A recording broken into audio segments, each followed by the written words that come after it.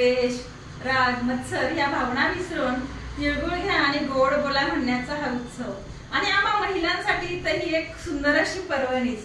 सुंदर पर्वणी का बरं? कारण सुंदर सुंदर वेगवेगळ्या साड्या घालायच्या, मस्त नटायचं थटायचं आणि एकमेकीकडे हळदी कुंकवाचा आनंद लुटायचा। आणि खरंच आज माझ्या घरी मी हळदी कुंकवाचा कार्यक्रम ठेवलाय। तुम्ही पण हळदी कुंकवाला नक्की या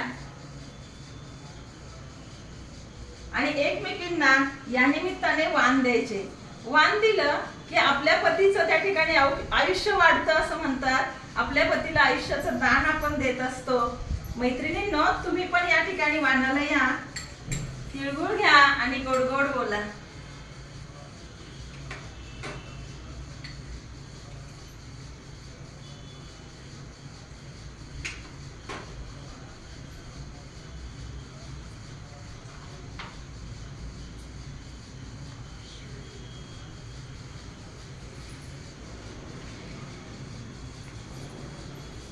माझा व्हिडिओ जर तुम्हाला आवडला असेल तर नक्कीच लाईक, सबस्क्राईब आणि शेअर करा।